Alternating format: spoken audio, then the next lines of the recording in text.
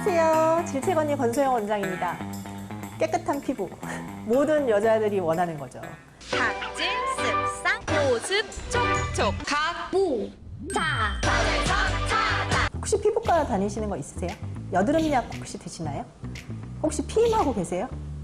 저 언니는 왜 여드름약 얘기하다가 피임이야? 질책언니 되게 웃긴다.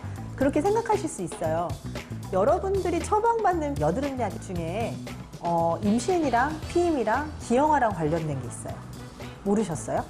오늘은 그래서 그 여드름약에 대해서 이야기를 해보려고 합니다.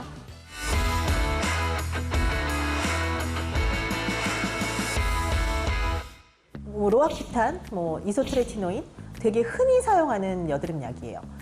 피부과에서 그 중증 여드름, 정말 이게 다른 걸로 잘 치료되지 않는 여드름에 사용하는 약이고요. 우리나라에서 처방 건수가 40만 건? 1년에 50억 원? 약이 엄청 많아요. 한 30여 개 된다고 그래요. 약이 많아서 아마 이렇게 해가지고서는 자막으로 약 넣어주실 거예요. 내가 먹는 약이 그 약인지 아닌지 모르시는 경우도 있고 그래요. 처방하는 의사도 이게 기형아를 유발한다는 걸 알고 처방받는 환자도 이게 기형아를 유발하는 약이라는 걸 알아요. 아니 세상에 어떤 그런 약을 쓰겠어요. 그랬는데 되게 널리 쓰이는 약이고, 그런데 내가 그 말을 들었음에도 불구하고 피임을 좀 제대로 안 하셔서 내가 임신 가능성이 있는지, 혹시 임신했는지 그렇게 상담하러 오시는 분들이 상당히 많아요. 그래서 오늘은 그 여드름약 중에서 이제 로아큐탄에 관한 이야기를 해보려고 합니다. 이게 기형아 확률이 있는 걸 알고 있다고. 그러니까 대체할 수 있는, 그만한 대체할 수 있는 약이 없는 거죠. 효과가 좋은 거죠. 효과가 좋은 거죠. 효과가 엄청 좋은 거죠. 맨 처음에 이게 그 1982년에 스위스 로슈에서 만들고 나서 20년 정도 어쨌든 간에 엄청나게 돈을 벌었죠. 근데 이게 임신을 내가 여드름약으로서 바로 임신을 한 게 아니니까 좀 지나고 나서 임신을 하고, 그다음에 기형이 생기는데 이게 꼭 이 약 때문에 생긴 건지 아닌지 확실하지 않고 그렇게 해가지고서는 그 뒤늦게 알게 된 거죠. 기형아를 유발하는 약제 중에서 제일 대표적인 게 이제 딸리도마이드라는 약이거든요. 그거는 아기가 태어났는데 팔다리가 없어요. 그러니까 팔이 약간 이런 식으로 손가락 2개 정도 그렇게밖에, 그러니까 너무나도 명확하죠. 근데 이거는 생기는 기형이 이것 때문에 생긴 건가? 이게 기형이 맞나? 헷갈리는 거죠. 그러면 이 여드름약으로 생기는 기형이 어떤 게 있을까요? 일단은 유산율이 되게 높아요. 한 20%에서 50% 정도 그냥 자연 유산이 되기도 하고, 이유 없이. 이제 아기가 태어났는데 아기한테 생기는 이제 기형들이 있어요. 머리가 작아요. 머리 작으면 좋지? 아니에요. 머리가 작고 뇌도 작아요. 소위증도 있고, 하악도 제대로 발달을 안 하고 그러는 거고요. 그 다음에 이제 신장 쪽에 이상이 있는 경우가 많이 있고, 그 다음에 지능 저하가 있고, 한 50% 정도에서 지능 저하가 있다고 보죠. 그러니까 처음에는 이 인과관계를 잘 모르는 거예요. 이게 아기가 좀 이렇게 지능 저하가 있는데, 그거는 태어났는데 멀쩡한데 애를 키우다 보니까 아는 거잖아요. 어느 정도 애가 말을 하고 학교를 가고 그래야 되지 않은 건데, 그 전에는 알 수가 없으니까 이게 이 약 때문인지 아닌지. 그래서 이제 비아그라 같은 경우도 이제 약 나오고 나서 20년 정도 지나고 나서 이게 제네릭이 풀리잖아요. 그러면 우리나라에서 무슨 정, 무슨 그라 세지그라, 커지그라, 센돔 이런 식으로 막 생기는 것처럼, 이것도 20년 지나고 나서 그 다음에는 이제 제네릭이 확 풀렸죠. 근데 그때부터는 더 많이 알게 되고 그러는 거고. 그래서 FDA에서 이제 그 약을 나누는 기준이 있어요. A, B, C, D, X. 그러니까 A는 비타민 같은 거 다 오케이. 너도 먹어도 되고 나도 먹어도 산모도 다 괜찮다. FDA에서 X라고 돼 있는 거는 사람한테서 기형이 완전히 확실하게 알려진 약이에요. 그런 약들이 몇 개 없어요. 근데 그 중에서 이제 시판되고 있는 약, 흔히 쓰이는 약 중에서는 정말 이게 엄청나죠. 되게 많이 사용하고 있어요. 그렇다면 이렇게 기형아를 유발하는 약제가 있으니까 우리는 어떻게 해야 될까요? 첫 번째, 약 먹지 마세요. 피부 좀 안 좋으면 어때? 그냥 뒤집어지면 어때? 못생겨지면 어때? 죽는 병은 아니잖아요. 안 먹는 방법이 있고. 두 번째, 약을 먹으면서 똑똑하게 치임을 잘하는 방법이 있죠. 그러니까 그게 우리가 해야 되는 거죠. 피부도 곱게 하고 깨끗하게 하고, 그 다음에 피임도 잘해서 그런 임신을 걱정해서 이제 없어지고 그러면 되는 거죠. 그 여름약 먹을 때는 그냥 뭐 지뢰사정을 한다든지 뭐 콘돔만 사용한다든지 주기에 따라서 내가 뭐 위험할 때만 피한다든지 이런 거 하시면 절대로 안 돼요. 노노. 반드시 이중 피임 하셔야 돼요. 그래서 남자친구는 콘돔 쓰고 나는 뭐 피임약을 먹는다든지 뭐 이전에 우리가 말씀드린 미레나를 사용한다든지 임플라논을 사용한다든지 그래서 확실한 뭐 99% 되는 그런 피임법들을 사용하시고 그렇게 하시면 돼요.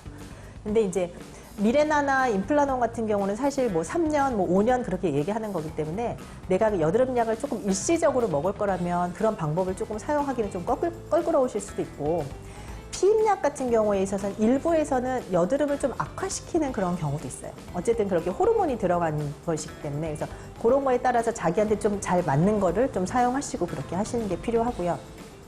이 약을 먹고 언제까지 피임을 해야 돼요? 약 먹고 나서 한 달 뒤까지만 피임을 잘 하시면 돼요. 그게 뭐 약 먹고 나서 6개월, 1년 계속 임신하면 안 된다 그러는 건 아닌데 한 달까지만 피임을 잘 하시고 그렇게 하시면 돼요.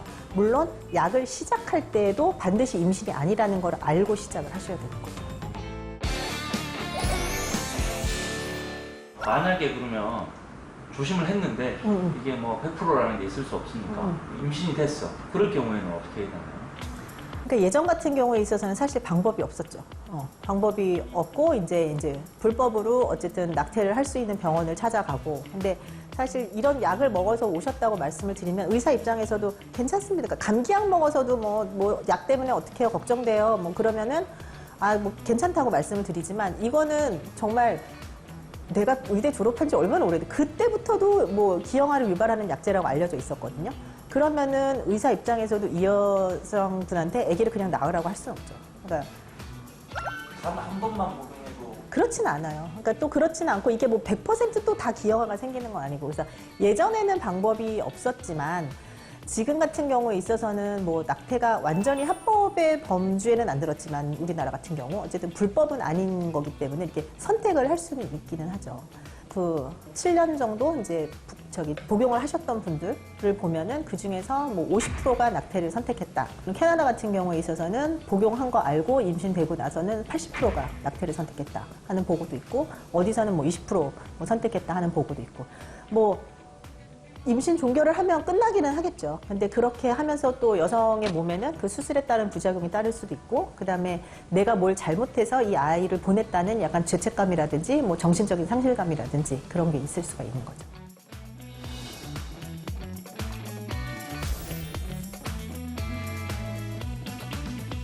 임신 후에 그 기형아 검사를 하잖아요. 네. 그것만으로 알 수 없어요. 그건 지능 저하는 알 수가 없죠.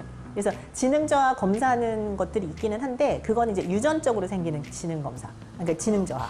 그래서 이제 취약 X 증후군 같은 경우에 있어서는 엄마나 아빠의 그 X형 색체에서 오는 것 때문에 지능 저하가 생기거든요. 그래서 그런 거는 검사할 수 있고. 다운 증후군도 지능 저하가 생기기도 하지만 뭐 그건 어쨌든 염색체 이상을 검사하는 거기 때문에 그런 건 있지만 그래서 뭐 초음파를 봤는데 아기 머리가 좀 작다. 뭐 엄마도 보니까 머리가 작고 아빠도 보니까 머리가 작으네. 그냥 그런가 보다라고 생각을 하지 그게 기형이라고 볼 정도는 아니게 되는 거죠. 그러니까 심장을 봤을 때 아예 뭐 심장 뭐 판막에 뭐가 문제가 있다. 심장 중격이라든지 그런 데가 뭐 구멍이 나 있다. 그런 건 딱 보이지만 근데 그것도 약 때문인지 아닌지는 알 수가 없는 거고 그 심장 기형 같은 걸 보려면 거의 한 24주 정도, 20주 이상은 돼야 되니까 이미 많이 배가 부르고 나서죠. 그러니까 그때 가서 알 수는 없어요. 그러니까 선택을 하시는 거는 뭐 임신 종결을 하고 안 하고 하는 거는 이제 산모분들이 선택을 하시는 거예요. 우리나라도 뭐 100명이면 100명이 다 중절 수술을 하는 건 아니고 그 중에서 한 뭐 45%에서 50% 했다는 그런 보고가 있는데 그래도 이제 상담은 충분히 해드려야죠. 그러니까 이런 기형이 생길 수 있다라고 하는 거고. 그러니까 만약에 내가 이제 피부과에서 여드름약을 처방을 받았다. 그랬는데 임신이 됐다. 그러면 일단 피부과에 가서 처방전을 다시 받아오시고 그냥 전화를 대충 물어보지 말고 처방전을 받아오시고 여드름에 처방되는 게 그냥 항생제였을 수도 있고요. 아니면 지금 문제가 되는 요 이제 로아큐탄일 수도 있고 그러니까 이게 어떤 약을 먹었는지를 한번 확인을 해보시고 그 다음에 이게 언제 내가 먹었는지 확인을 해보시고 약을 중단하고 한 4, 5일 정도 지나고 나면은 피검사에서 약이 안 나와요. 피검사에서 약이 안 나오고 그 다음에 이제 약이 보면은 이제 분해돼서 이제 다른 걸로 이제 대사산물로 변하거든요. 그러니까 대사산물 같은 게 없어지는 게 한 10일 정도 돼요. 근데 임신됐을 때 그거는 또 내가 임신인지 아닌지 알게 되는 게 한 2주 정도 걸리고 그러잖아요. 그래서 약 중단하고 나서 30일까지는 뭐 피임하시라.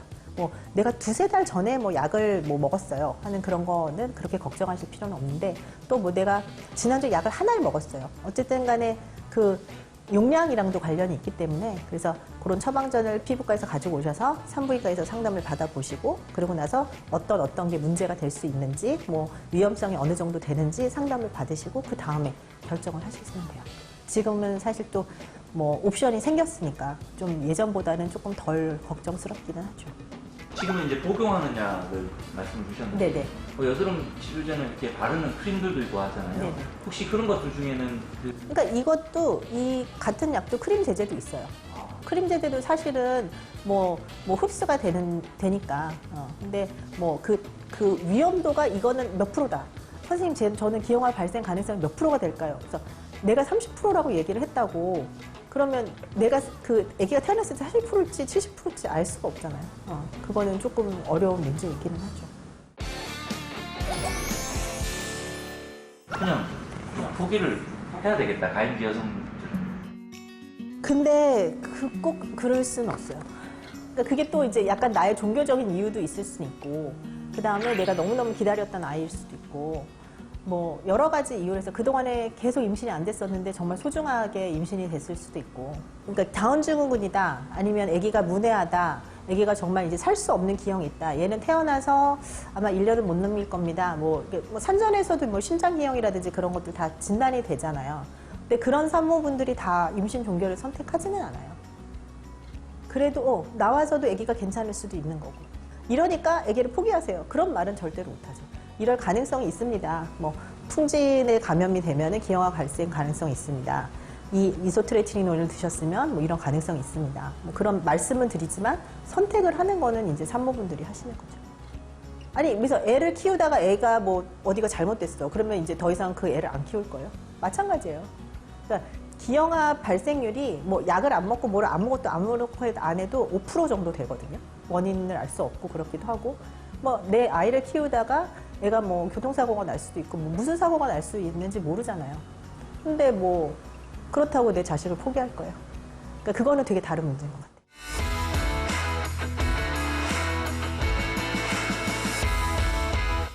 그냥 복용을 않거나 사용을 하지 않으면 될 것 같은데. 그렇죠.